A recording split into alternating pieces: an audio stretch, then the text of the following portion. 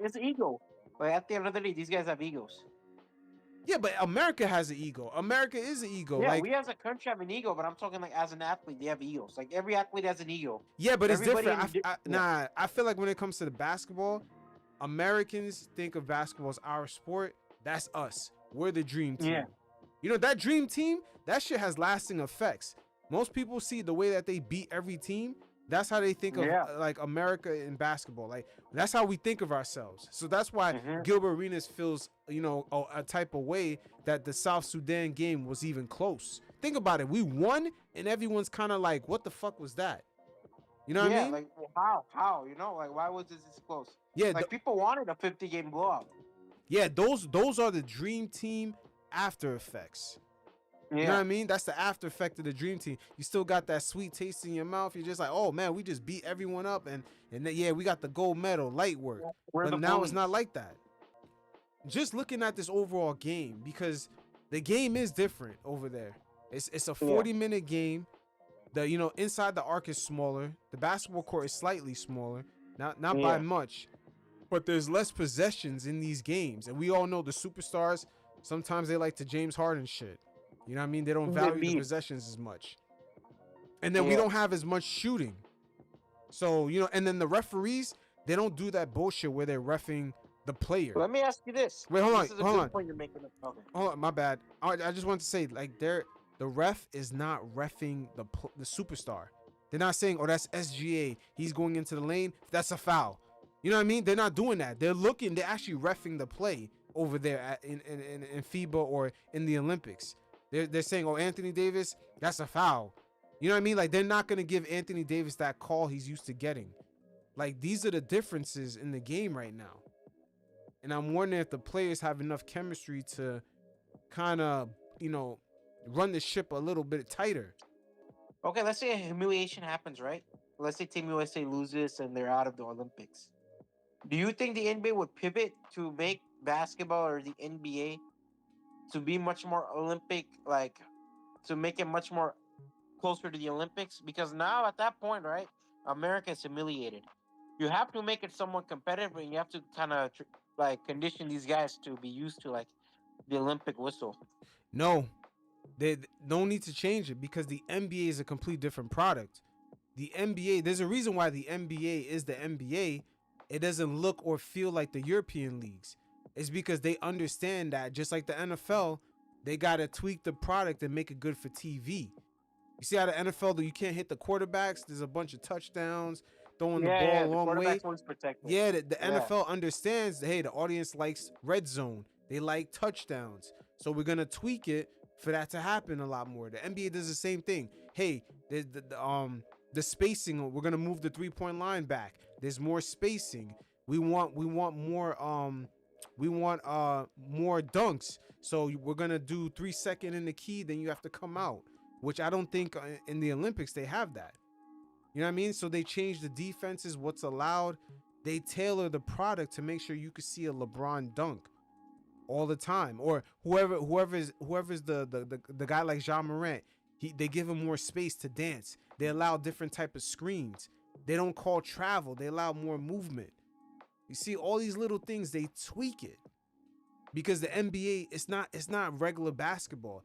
It's an actual product. There's basketball and then there's the NBA.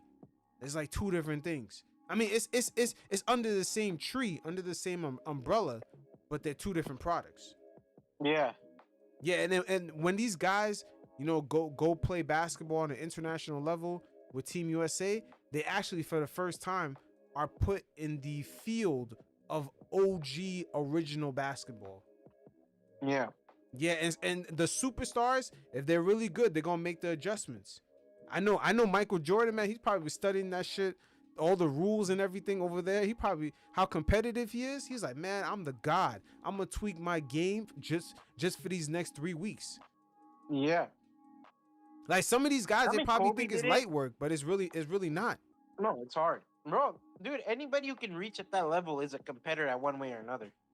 True. Like, and basketball's a team sport. So if someone lacks what the opposing player has, they can draw up a play and get the buckets and get the stops. But here's the thing though. They're gonna Yeah. have to draw up a play, right? but they're Yeah, used to the they're used, especially in today's NBA, the way that they made it today. it's freestyle. No, the spacing is crazy. Yeah. Now this Team USA, they're going over there. The spacing is tight. The spacing is tighter. So Well, it's not the same thing. The I spacing mean, I is think that tighter. also plays into like the freestyle. I think modern day NBA has much more of a freestyle when it comes to like the playmaking and kind of players can do whatever with the ball. The True. coaching won't be as tight with that. Like with European ball, it's more about sets.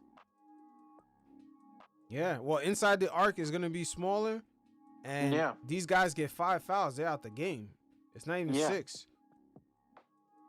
So it's and it's less possessions, and it's a 40-minute game. So, but you know what? I'm gonna play this audio. Tim Legler actually spoke about this Team USA and what they should expect and what he thought about the team. Yeah, I just want, people need to always get back to this point. Whenever you see an international team coming from the United States, an NBA caliber team, these are different roles for these guys. Yes. Basketball doesn't work that way, where you have a team full of alphas, team full of guys that are used to doing really whatever they want offensively on every given night for their NBA teams. Most basketball teams have a couple of guys at the top of the roster that fall into that category, and then everybody else sort of stays in a lane and they fill a specific role and they sacrifice parts of their game for the betterment of the team. That's a big time adjustment for all of these guys. You're talking about some guys that if their careers ended tomorrow, we know they're in the Hall of Fame. There's a bunch of other guys in this team that are probably going to end up there as well. And they're used to getting on a bad night 20 shots a game for the teams they play on. So I just think the way that we go about formulating these teams and just expect, because they've got more talent and these are household names, we can roll out a ball and they can just go. That's just not the case anymore. And I think basketball requires a rhythm and a sacrifice and a continuity that is very difficult to find in this amount of time. And that is why I think Team USA will be threatened on multiple nights in this tournament. It's not going to shock me to see them lose. We just mentioned some of the teams. Australia even could be a team because stylistically it's so different. Yeah. I like Shanae's point about Canada. There's no doubt that's the most talented team outside of Team USA. But the one thing that's interesting about that situation is they're going to play like it's an NBA game. And that also might make Team USA more comfortable. True. Because the style is going to be exactly what they see every night. Right. Some of these other international teams that have the top guys, right? The top of the food chain players, like a Victor Wembanyama, but then everybody else falling into a role. It looks more like what actual basketball looks like rather than a collection of all-stars. And that's why this is continuing to be a challenge for Team USA to just run through it. I mean, Team USA is a bunch of chefs trying to cook a meal. With the NBA, it's like one guy. With the other teams, it's like, for example, Victor Wembanyama makes the ending dish. Someone makes the The appetizer. the appetizer. Someone makes dessert. That's just how it is. And I think he's right. Mm-hmm. Tim Ledger, he's right, because like right now, like you're looking at it down the stretch, every guy on that team wants to hit the shot. Why? And companies want them to hit the shot. Steph Curry hits a legendary three. Oof. Have him something say so charismatic. Under Armour can sell T-shirts and shoes off of it. Have Anthony Edwards say something funny. Adidas sells something off of it. LeBron or Kevin Durant does a big shot. Have them say the GOAT is here. Have them like both can say longevity, whatever, right? Team what 21 and team year 21 and Kevin Durant's what year 17, year 15. Mm-hmm. You can have those kind of marketability with them.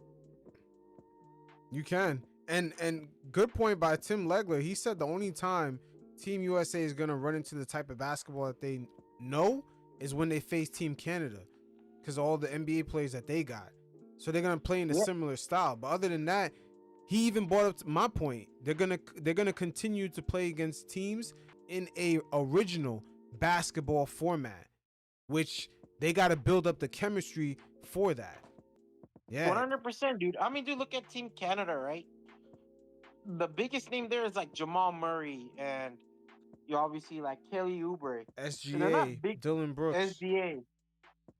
Yeah, these guys are not outside of like SGA and like Jamal Murray. These guys aren't big names, right?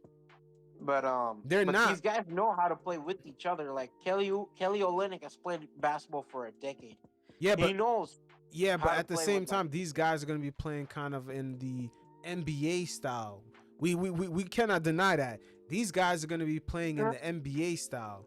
yeah, Team Canada still, but yeah, when they play against Australia or France or even Spain, these teams yeah, play in the European original style. They play I can't even say it's a European style. It's the original basketball style. The NBA style is the outlier. They change basketball to make it more palatable on television. You know, to make the consumers view it more as entertaining. But that's not original basketball. What these yeah. guys are gonna go play with in these next upcoming days, that's original basketball. And it'll be interesting to see if the superstars how they adjust to it. Like it's a tricky dance, man. They gotta make, but I'm telling you, man, this is for the first time gonna be a slap. It's either gonna be a good thing or it's gonna be a slap in the face. Like, wow, after this, Team USA is gonna take every tournament, every FIBA, every qualifier. They're gonna take everything serious. It's not gonna be like last year sending, Jalen Brunson and sort of the B team out there. They're gonna continuously send the A team to make a point. Yeah, 100%, and I think that's the best for the sport overall, man. Yeah, it's gonna be best for the sport, but again, there's a lot of politics with Team USA, sponsorships. You know, it's just the NBA is trying to market certain stars. They may want certain people in there because they're planning to make a guy a certain figurehead. It's a lot of politics with Team USA, man.